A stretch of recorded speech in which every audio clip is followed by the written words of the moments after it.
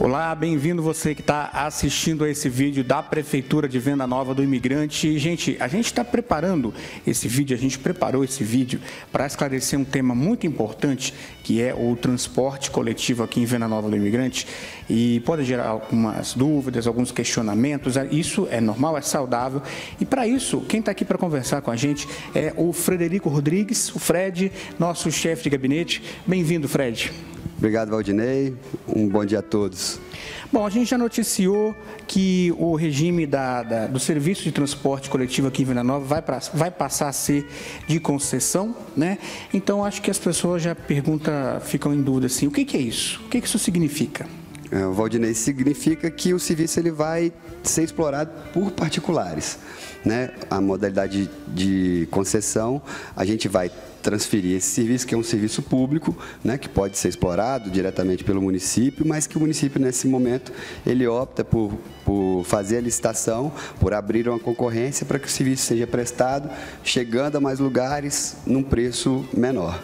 É o que acontece, por exemplo, com a questão da água, de energia elétrica, mais ou menos? Exatamente no mesmo modelo de concessão para esse serviço de abastecimento de água e esgoto, né, e o serviço de energia elétrica. São serviços públicos, mas que são concedidos para que os particulares possam prestá-los e, a partir daí, atender o usuário.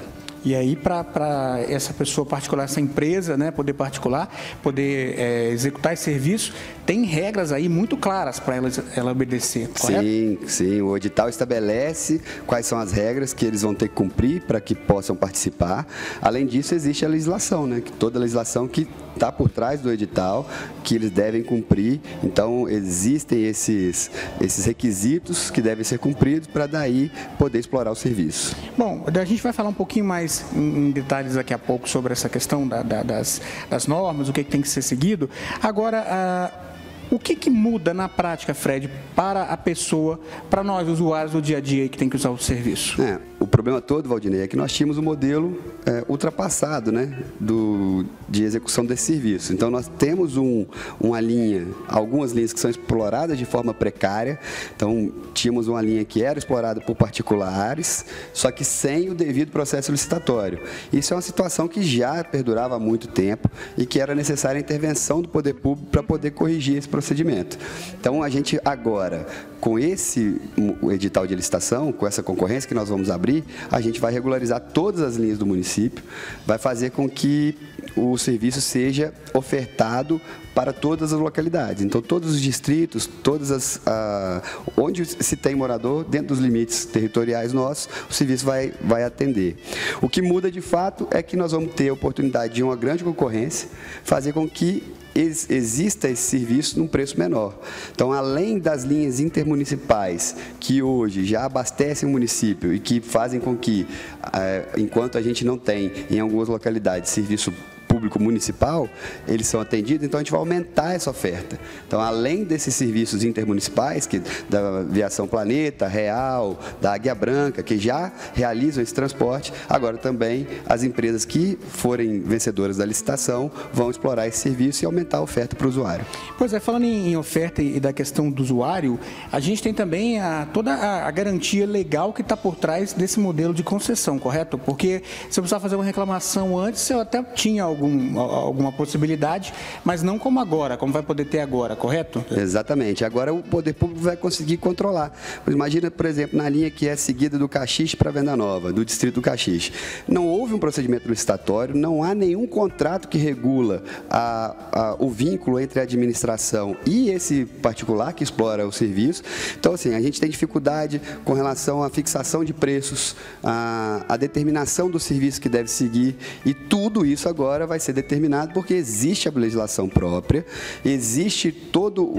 vai existir o contrato, naturalmente, depois que a licitação se formada, e aí o município vai ter instrumentos para poder intervir e garantir que o serviço seja prestado de maneira adequada. O município foi dividido em linhas, né, para serem feitas pelas empresas, e aí vai para tarifa, elas têm que brigar por preço mesmo ali na licitação para poder ganhar o direito de executar esse serviço. Então, quanto à tarifa, como é que deve ficar? Eu sei que a gente não tem como dar valor aproximado agora, mas como é que deve ficar essa questão, Fred? A concorrência vai se dar a partir do preço médio, que é o que a gente fez nos orçamentos, e a concorrência se dá para quem der o menor, o vencedor da licitação será aquele que ofereceu o menor preço.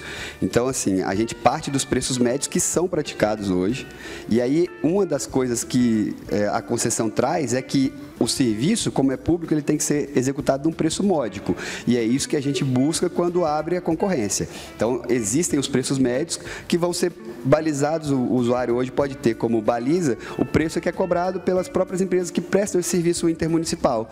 Então, as linhas, como se aproximam dessas linhas que são prestadas pelo serviço intermunicipal, partem dali. Ou seja, desse valor que hoje é praticado, para baixo, a empresa que oferecer o serviço, cumprindo todas as obrigações que a lei e o edital impõem, para baixo. Então, o menor valor vai ser aquele que vai ser o vencedor da licitação. Aumentar a tarifa, então, para prestar esse serviço, não vai? Certamente não.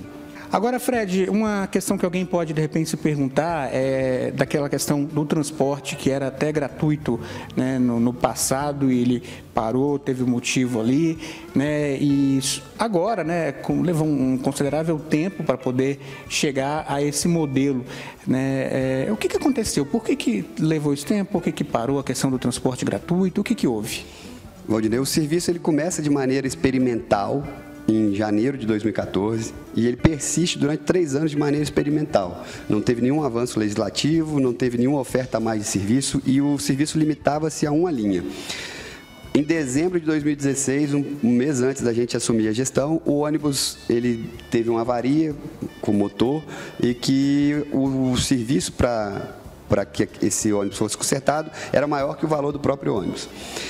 Diante desse cenário, de que o serviço prestado diretamente pela prefeitura se resumia a uma linha e da necessidade que a gente via de regulamentação geral, de reorganização desse serviço, o prefeito nos determinou que trabalhássemos no processo licitatório.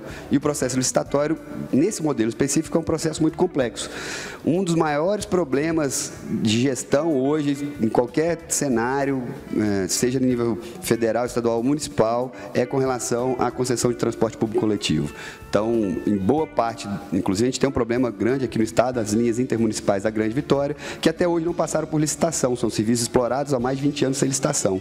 A gente vai no sentido contrário de organização, de acabar com esse modelo que aqui em Venda Nova também existe, como eu acabei de dizer, da linha Caxias-Venda Nova, que também não teve licitação, ou seja, um serviço público sem concorrência. A gente precisava mudar. Só que isso demandou muito tempo. Mandou muito tempo por quê? Porque a gente teve que confeccionar uma nova legislação. Então, não existia no município uma legislação que regulamentasse a concessão.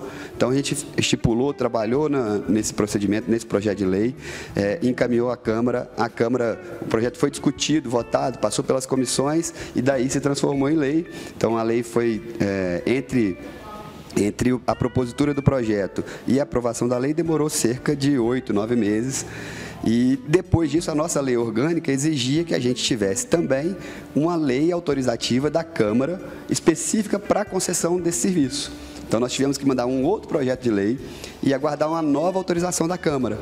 Além disso, a gente precisava, porque a lei que regulamenta a concessão determina que haja um estudo de viabilidade. Então, o prefeito, entre um intervalo e outro dessas duas legislações que a gente precisou fazer, ele nomeou uma comissão especial para poder fazer esse estudo de viabilidade. E é um estudo muito complexo, que foi concluído agora. A comissão foi nomeada em meados de setembro, e concluiu o trabalho dela agora em fevereiro, e aí por isso é que a gente teve todo esse tempo, né, esse espaço de tempo. Teve que ser criada lei mesmo, né, para poder deixar tudo regular, para até chegar nessa fase, então. Exatamente, exatamente. Então, foram 2 novas leis que foram necessárias e a lei ela tem a sua tramitação normal. Então, isso também atrasou um pouco o trabalho, mas agora, felizmente, a gente conseguiu concluir e o cidadão vai ter um serviço de melhor qualidade num preço módico. Agora, Fred, eu acho que a questão que todo mundo se faz é por que não tem uma linha gratuita de ônibus, como tinha antes? Eu acho que o nosso morador ele fica com essa pergunta E eu te faço agora essa pergunta, por que não tem? Valdinei, com esse sistema também a gente acaba com essa injustiça que era criada, né? Na verdade, existia uma única linha que era explorada pelo poder público e que era mantida de maneira gratuita, que era a linha aqui de Venda Nova, São João de Viçosa. Essa linha, por exemplo, não alcançava nem o Camargo, que é ali do lado de São João de Viçosa. Era a única linha que o município explorava diretamente. E era a única linha também que era explorada de forma gratuita para o usuário. Então, o usuário que usava esse serviço de Venda Nova São João de Viçosa, ele usava de forma gratuita, mas aquele que usava, por exemplo, do Camargo para Venda Nova, ele tinha que pagar.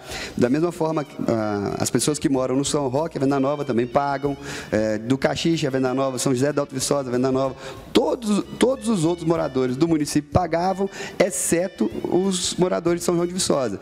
Então, a gente preferiu fazer esse procedimento, que vai atender a totalidade dos munícipes e fazer com que todos tenham o direito de usufruir de um serviço de qualidade e num preço justo, que hajam apenas as isenções de pagamento legais, né? Idosos, estudantes, que a nossa legislação determina, e que não haja, assim, uma interferência para que alguns poucos usuários pudessem usar de forma gratuita, enquanto os outros não.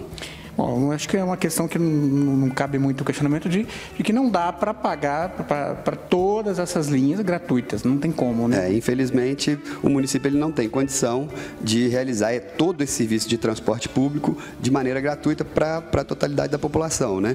Então, assim, a gente não tem automóveis em condições de fazê-lo, a gente já tem muita demanda com relação aos ônibus escolares, então a gente tem muita demanda, manutenção, motoristas, então era um custo que o município não conseguiria suportar sozinho, é um serviço que também, podendo repassá-lo à iniciativa privada para que ele seja prestado de uma forma melhor e com mais qualidade, com preço justo, eu acho que é o modelo ideal que a gente está propondo. Tá certo, Fred, obrigado pela sua participação, pelos seus esclarecimentos.